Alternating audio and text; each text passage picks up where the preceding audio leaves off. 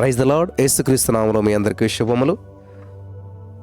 దేవుని ప్రజల కొరకు ప్రార్థన చేసినటువంటి భక్తుల గురించి మనం నేర్చుకుంటే మనం కూడా మన జీవితంలో ఇటువంటి పరిస్థితుల్లో మనం ఏ విధంగా ప్రార్థించాలనేటువంటి సత్యాన్ని మనం నేర్చుకుందాం. హల్లెలూయా. స్తోత్రం దేవ. ఈ సమయంలో మరి దేవుని ప్రజల కొరకు ప్రార్థన గురించి విషయాన్ని మేము తెలుసుకుంటా కృప చూపించమని, ప్రతి వారికి వినగల చెవి గ్రహించగలదు అనుగ్రహించమని యేసుక్రీస్తు నామములో ప్రార్థించి నమ్మి పొందుకొని నమ్మ పరమ తండ్రి, ఆమేన్.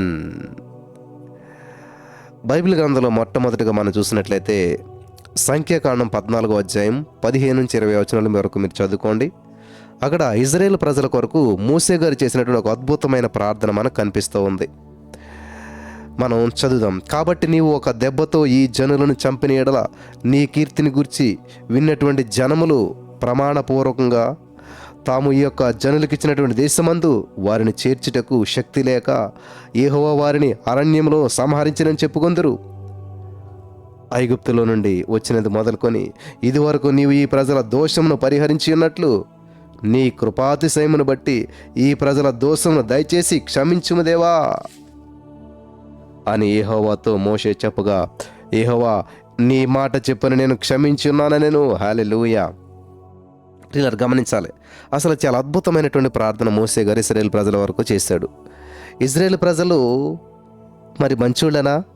ఇజ్రాయేల్ ప్రజలు కూడా మోసే మీద సనుగుతున్నారు, మోసేని తిడుతున్నారు. ఇన్ని చేసినా కానీ అటువంటి ప్రజల కొరకు మోసే గారు ప్రార్థన చేస్తున్నాడు. ప్రభా, ఇదిగో మరి వీళ్ళందరినీ చంపేస్తానంటున్నావు, ఈ అరణ్యంలో లేపేస్తానంటున్నావు, మరి ఇలా చేస్తే ఎలాగా?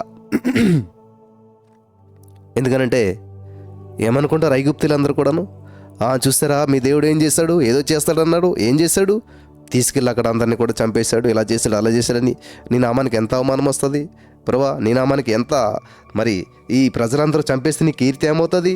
అవి విన్నటువంటి జనాలు నువ్వు ప్రమాణం చేసి ఇచ్చినటువంటి ఈ యొక్క జనులకు ఇచ్చినటువంటి దేశాన్ని వారికి ఇస్తానికి చేర్చడానికి శక్తి లేక ఆ దేశంలో ప్రవేశపెట్టే శక్తి లేక ఇలా చేసావని చెప్పి వాళ్ళందరూ అనుకుంటారు కదా ప్రభా. ఆ వాగ్దత్త భూమిలో ప్రవేశపెట్టే శక్తి లేక అరణ్యంలో చంపేశావు అని చెప్పి నీ గురించి చెడుగా పలుకుతారు, చెడుగా చెప్పుకుంటారు కదా ప్రభువా అని చెప్పి మాట్లాడుతూ ఉన్నాడు. మోసే గారు ప్రార్థిస్తూ ఉన్నాడు. దేవునికి మహిమ కలుగును గాక. చాలా జాగ్రత్తగా వినాలని ప్రభు పేరట మనం చేస్తూ ఉన్నాను. ఈరోజు నీ మాటలు వింటున్న ప్రియమైనటువంటి సహోదరి స్నేహితులారా, జాగ్రత్తగా మీరు గమనించాలి. పరిశుద్ధాత్మ దేవుని యొక్క కార్యాలు చాలా అద్భుతమైనటువంటివి. మోసే చేసిన ప్రార్థన దేవుడు ఆలకించి ఏమంటున్నాడు తెలుసా?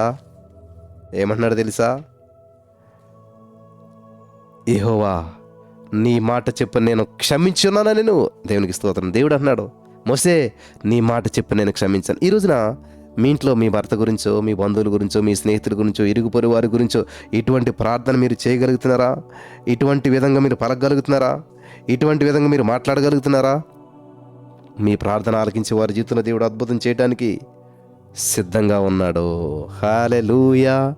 అద్భుతమైన ఆశ్చర్యమైన కార్యాన్ని వారు స్వతంత్రించుకోవడానికి దేవుడు సహాయం చేస్తూ ఉన్నాడు. In the name of Jesus. Thank you Lord. Hallelujah. చాలా జాగ్రత్తగా గమనించాలని ప్రభు పేరిట మనం చేస్తూ ఉన్నాను. రెండవదిగా మీరు చూసినట్లయితే ఇజ్రాయేల్ ప్రజల కొరకు దావీదు గారు చేసిన ప్రార్థన. మొదటి దినవృత్తాంతాలు 21వ అధ్యాయం 17వ వచనం చూసినట్లయితే, దావీదు జనులను ఎంచుమని ఆజ్ఞ ఇచ్చిన వాడగును నేనే కదా, పాపం చేసి చెడుతనమును జరిగించిన వాడు నేనే కదా, గొర్రెల వంటి వారు వీరేమి చేశారు? నా దేవుడని యెహోవా బాధ పెట్టి నీ చెయ్యి నీ జనుల మీద ఉండకుండా నా మీదను నా తండ్రి ఇంటి వారి మీద ఉండనిమని దేవునితో మనవి చేశాను. ఇక్కడ జనాభా లెక్కలు చేయొద్దన్నా కూడా మరి చేసినప్పుడు దేవుడు ఒక ఆప్షన్ ఇస్తాడు. ఏం చేయాలి చెప్పు అని చెప్పి ఆప్షన్స్ ఇచ్చినప్పుడు ఇలాగా జనాలు రోగాలు వస్తాయి, జనాలు మొత్తాలా, లేకపోతే నీ మీదకి రావాలా, ఇట్లాగా కొన్ని ఆప్షన్స్ ఇచ్చినప్పుడు దావీదు గారు చేస్తున్న ప్రార్థన చూసారా? ఇజ్రాయేల్ ప్రజల కొరకు ప్రార్థన చేస్తూ ఉన్నాడు. ఈరోజు నీ మాటలు వింటున్నా మీరు కూడా ప్రియులరా, ప్రజాక్షేమం కొరకు ప్రార్థన చేయాలి, ప్రజల బాగు కొరకు ప్రార్థన చేయాలి. హల్లెలూయా. ప్రజలు బాగుండాలని ప్రార్థన చేయాలి, పక్కోళ్ళు బాగుండాలని ప్రార్థన చేయాలి, పక్కోళ్ళు మేలు కొరకు ప్రార్థన చేయాలి. In the name of Jesus. మధ్యాహ్నం 3 గంటల ప్రార్థనా సమయం. ప్రభు సన్నిధిలో ప్రార్థించేవారుగా ఉండాలి. అయితే ఇక్కడ ఇశ్రాయేలు కొరకు దావీదు చేసిన ప్రార్థన చాలా అద్భుతమైనటువంటిది. ప్రభా, వద్దు వద్దు, నీ ప్రజలకి ఏ కీడు చేయొద్దు, నీ ప్రజల మీదకి వద్దు ప్రభా, నా మీదకి విద్యవా, నా మీదకి రాని, నా తండ్రి ఇంటి మీదకి రాని అని చెప్పి మనవి చేశాడు. అక్కడ దేవుడు చాలా అద్భుతంగా ఫలితం ఇచ్చినట్టు మనం చూస్తూ ఉన్నాం. కాబట్టి ఈ రోజున నీవు చేసే ప్రార్థనలో నిస్వార్థంగా ఉండాలి, ప్రజలకు ప్రయోజనార్థంగా ఉండాలి, దేవునికి మహిమార్థంగా ఉండాలి. ఇక్కడ మోసే చేసిన ప్రార్థన చూశారు కదా, ప్రభా ఏమవుతుంది నువ్వు అలా చేస్తేనే, నీ నామానికి ఎంత అవమానం వస్తుంది. దావీదు కూడా చూస్తున్నాడు, చాలా అద్భుతమైన ప్రార్థన. అలాగే మూడవది ఇశ్రాయేలు కొరకు హిజ్కియా గారు చేసిన ప్రార్థన.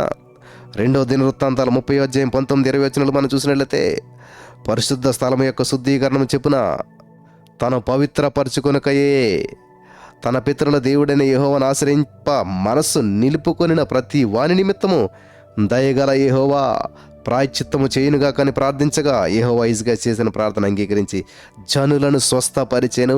ఆమేన్, హల్లెలూయా. వన్ మ్యాన్, ఒక్కరి ప్రార్థన ఎంతమందికి ఉపయోగపడ్డది చూసారా? ఒక్కరి ప్రార్థన జనులందరికీ ఉపయోగపడ్డది.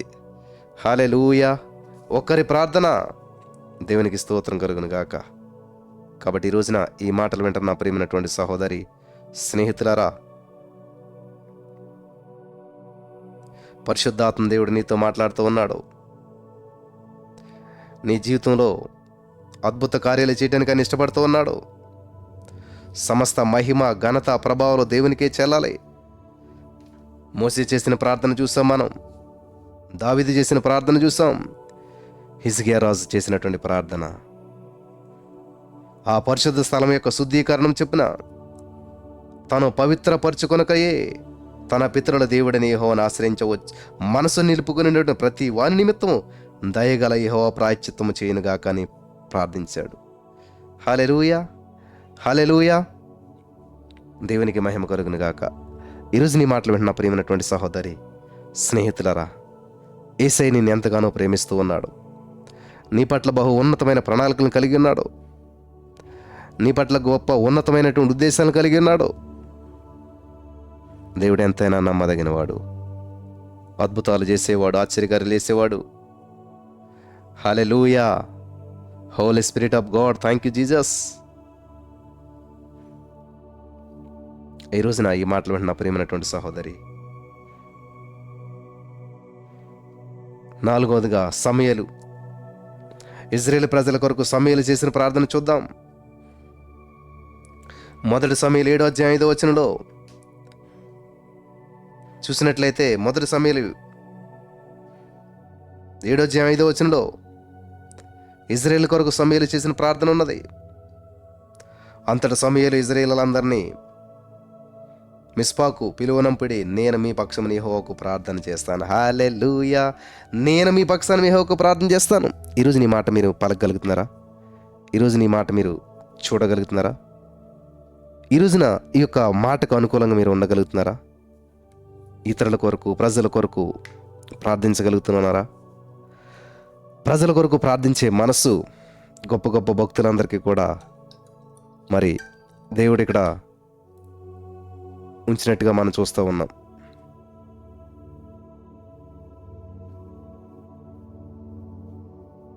దేవునికి మహిమ కలుగును గాక. Hallelujah. Holy spirit of God. సమూయేలు మిస్పాకు వచ్చినప్పుడు శుభ ప్రయాణం కలగాలని చాక అద్భుతమైనటువంటి అక్కడ ప్రయాణం కొరకు మనం చూస్తూ ఉన్నాం. నెక్స్ట్ 5వదిగా యోబు 42:10 యోబు తన స్నేహితుల కొరకు ప్రార్థన చూస్తూ ఉన్నాం. యోబు తన స్నేహితుని నిమిత్తం ప్రార్థన చేసినప్పుడు యెహోవా అతని క్షేమస్థితిని మరలా అతనికి దయచేసెను. హల్లెలూయా. యెహోవా అతని క్షేమస్థితిని మరలా అతనికి దయచేసెను. ఎంత వండరండి! నువ్వు ఇతరుల కొరకు చేసే ప్రార్థనలో నీ యొక్క ప్రతి విజయము, ప్రతి పరిష్కారము దాగి ఉంటుంది. యోబును దీవించి దేవుడు అలా స్నేహితులను కూడా క్షమించాడు. కాబట్టి ఈ రోజున మనం అటువంటి ప్రార్థన చేసేటువంటి వారిగా మనం ఉందాం. హల్లెలూయా. ఈ 5 విషయాలు గుర్తుపెట్టుకోండి. ఇతరుల కొరకు చేసే ప్రార్థన చాలా శక్తివంతమైనది, చాలా పవర్ఫుల్. నెంబర్ 1, ఇశ్రాయేలు కొరకు మోసే చేశాడు ప్రార్థన. ఇశ్రాయేలు కొరకు దావీదు చేశాడు. ఇజ్రాయేల్ ప్రజల కొరకు హిజ్కియా గారు చేశారు, ఇజ్రాయేల్ ప్రజల కొరకు సమూయేలు చేశాడు, తన స్నేహితుల కొరకు యోబు చేశాడు. మీరు కూడా అటువంటి ప్రార్థనా యోధులుగా ప్రార్థించేవారుగా ఉండటానికి పరిశుద్ధాత్మ దేవుడు మీకు సహాయం చేసి నడిపించి బలపరిచి చక్కటి స్థితిలో మరి మిమ్మల్ని నడిపించాలని చెప్పి నేను నమ్ముచున్నాను. ఈ ఒక మాటల ద్వారా పరిశుద్ధాత్మ దేవుడు మిమ్మల్ని బలపరచును గాక. ఆమేన్.